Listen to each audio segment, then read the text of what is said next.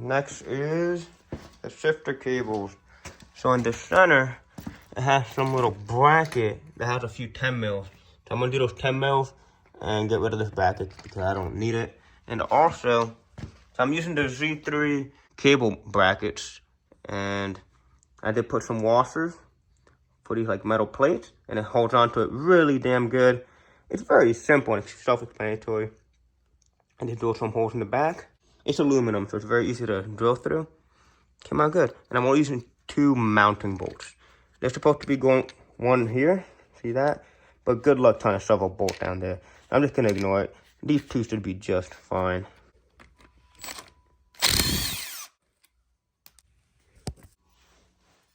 What I believe you gotta do to put the cables on, you wanna put the ones in the car first. Because if you mount the one on the transmission first, it'll be hard to fold the cable to go into the tranny tunnel. So I'm gonna leave this hanging out like that.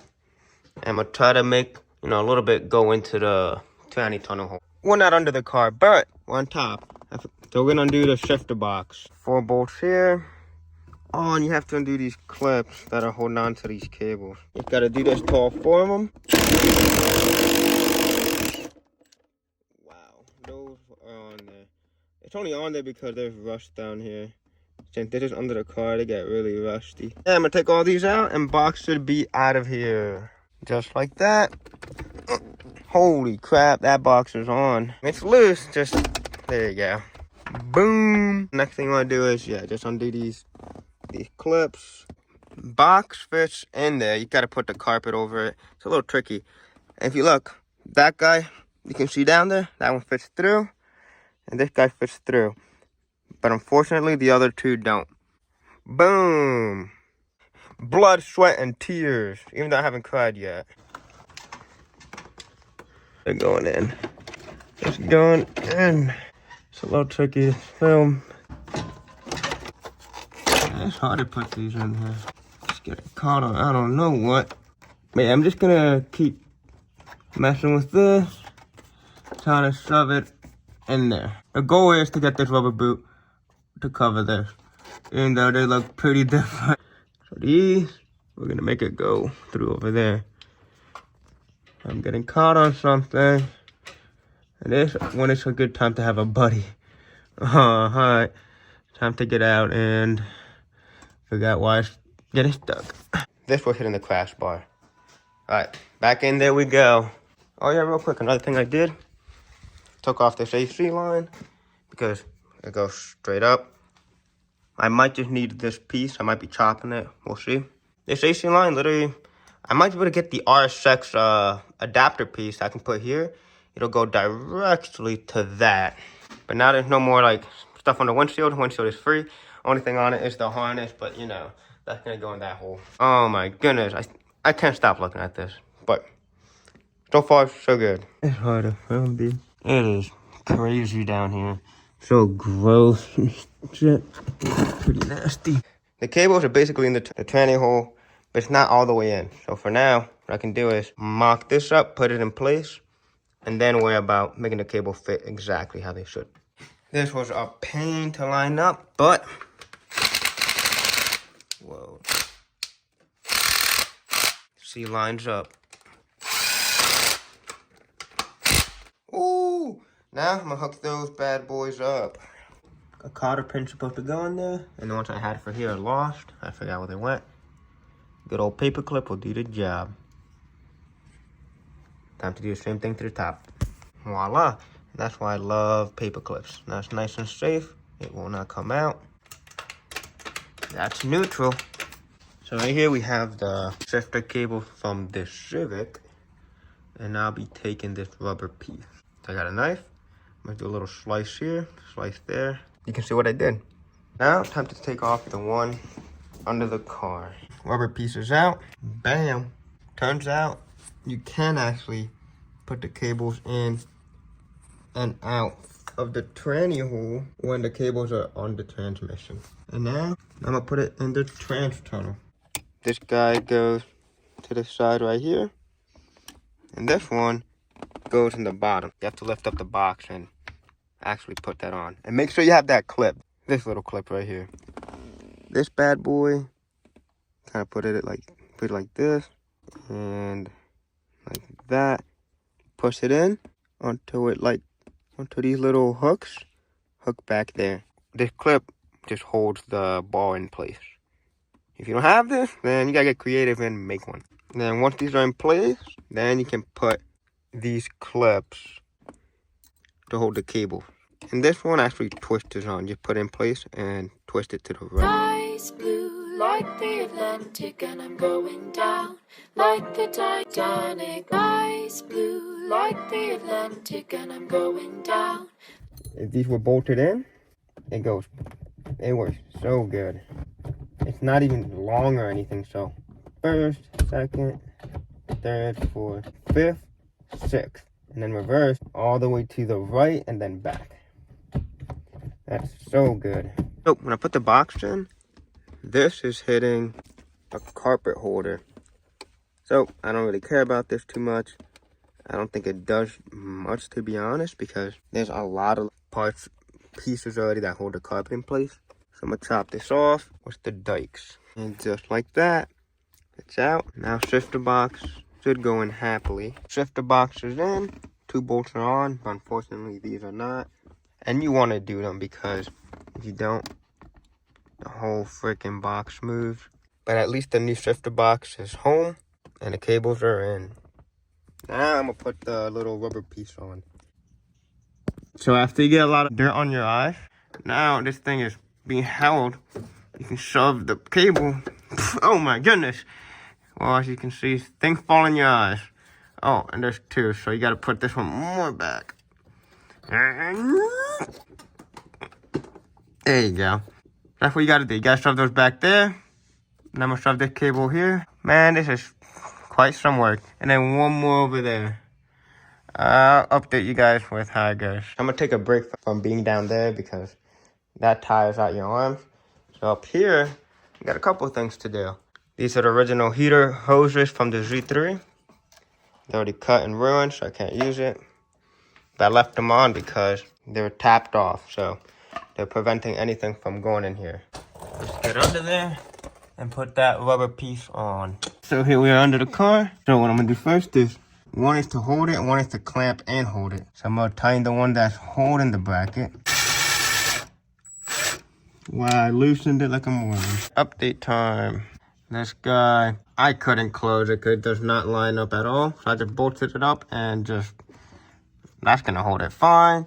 Same thing here. I put one nut on and the other one I just left open. But that's good, it's still holding it. It's away from everything. It's kind of touching the brake line or fuel line here. That shouldn't be a big deal because it is rubber, so shouldn't mess it up. And then this thing, it doesn't even freaking go in because this is too big, I guess. So I'm just get some self-tappers and just self-tap it like that. That's what I did over there with the brake cables. I do the same thing with the shifting cables. And look at under here. Look at this. Making the downpipe doesn't seem too bad. This oil pan is scared because it's just under the subframe. So if I ever hit a big bump, it's gonna be sad. I'm gonna miss my D17 for having the oil pan on top of the subframe. The thermostat on the Z3 is this. In here, the thermostat's there. So there's the radiator hose. If you follow this water neck, it's snaked under the intake manifold onto here. So I did mark the heater hoses. The one with the tape is the one for the thermostat. What I learned was, there can be the new heater hose in the D17 line. So that's for so it's the thermostat one. You should mark which one is for your thermostat. And then the other one goes on the other side. So that's what I'll be trying to put in right now. And I am tired. I'm done with the engine bay for today. I got one of the heater hoses on. Other one, the hose is too small, and I was trying to force it in, but it only got in that much, and there's a little kink. So I tried stretching. I got two little poles, shoved them in there, and bent them the opposite way, but it didn't stretch out enough, so leaving that alone. I got the brake booster on. I cut it a little bit to make it a little short. Now it fits beautiful, so brake booster's good. Then the evap, The bent line, the hard line, that came out good. It does a nice little snake here, but the problem is, also this line's too small. But I shoved it in as much as I basically can, and that's fine. It shouldn't leak, and if it does, I don't think it'll be a big deal. It's just an evap, and it doesn't even work anyway because plug isn't plugged. So, not too worried about that. I got the shifter cables in, engine mounts are on. I basically have the power steering line in. I gotta tighten these two 10 mils, and then this, probably like a ground or something, or probably used to hold a bracket. Bent the AC line where it's supposed to be. Oh, something else I did. This spacer thing, that's from the control arm. This piece. But for today, I'm done with the engine bay. I did what I could. So I'm gonna move on to the passenger side. And I wanna put some of the suspension stuff together. Shove the axle in there. Shove the spindle and the lower control arm. I don't think you're gonna be able to see it. First thing I'm gonna do, shove the axle in the half shaft. You wanna put the one that doesn't have anything on here, no splines. Cause that's the male, there's the female. That's all you have to do, just shove this in there, push it in, until it pops in. Man, I can't film it in there, I'm gonna have to do it. Axle's popped in. Next is the control arm. So that, goes there. This guy's in. It's just hand tight. That guy's in too, hand tight. Type S lower control line with the Type S axles. And it has bigger, this is bigger, it's a 36 millimeter. New day later. Drain plug, unfortunately, the threads on the oil pan, they're all ruined. So I'm gonna put some Teflon tape on the drain plug. And it should tighten it just enough. And I will trust it because I've done it before. Bolt has Teflon tape.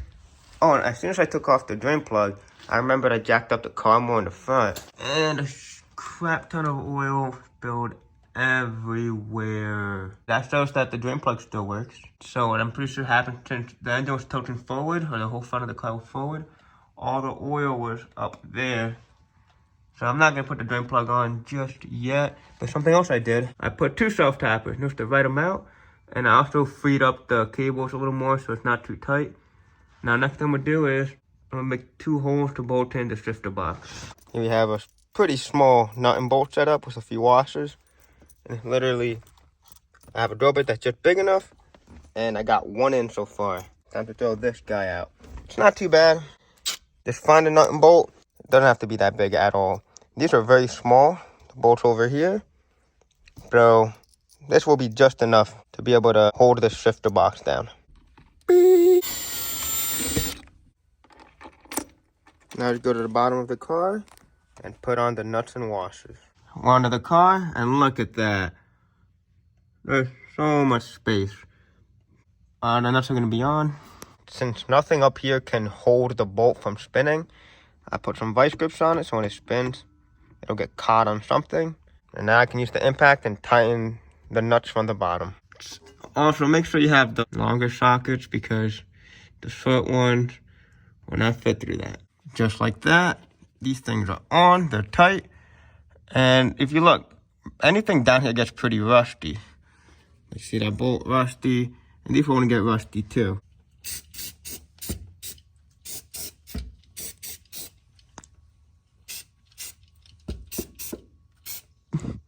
Now it shouldn't get rusty. Wow, that is so cool. That's gonna feel sick. But the good old vice grip trick did the job. These bad boys are tight. And we can go to all gears. First, second, third, fourth, fifth, sixth. And then reverse. Woohoo! That's amazing. And I gotta say before I go, it is not that long. These are like pretty short. This is so good. And not long throws or anything. Just feels nice and comfortable. Sweet.